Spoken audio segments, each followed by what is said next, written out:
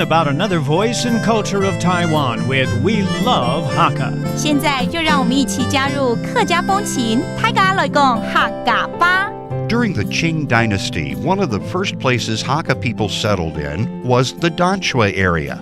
The Hakka people wanted to build a temple to celebrate the famous monk known as Master Dingguan.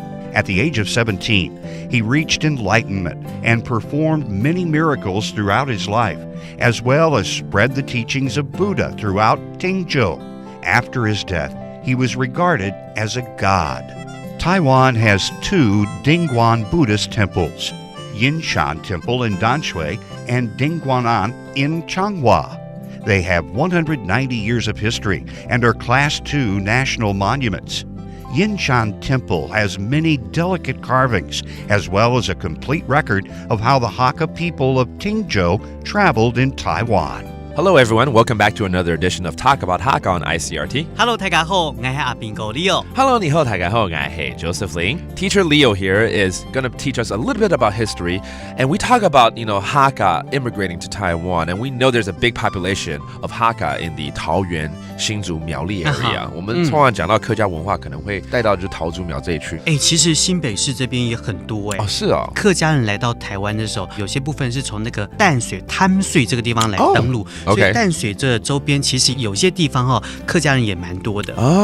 So when the Hakka immigrated to northern Taiwan, they probably landed in 淡水。還有現在我們的 Icrt 在的地方叫做新莊，新莊。然後隔壁就是五股嘛，對，股，OK，也很多客家人。All right, so for northern Taiwan, 淡水、新莊 and 五股，you can find a good population of the Hakka culture, actually. All right, 再講一次，淡水、新莊、五股。淡水、新莊、五股。All right, 那既然這邊有這麼多的客家人，那一定會有寺廟，比如說要拜這個三山國王啊，對不對？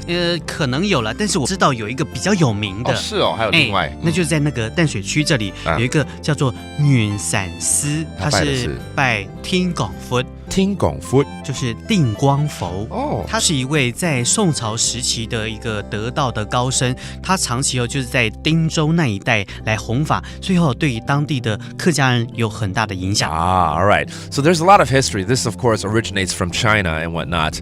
But if you want to find out more about it, 其實大家呢不妨呢有空就去淡水區的這個銀山寺了。對啊，去那邊走走看看。Well, there you go. When you have time, go look into the culture. And that does it for today's talk about Hakka. 什麼泰嘎？俺只say張來了。客家風情由客家委員會監製。We Love Hakka has been brought to you by the Hakka Affairs Council.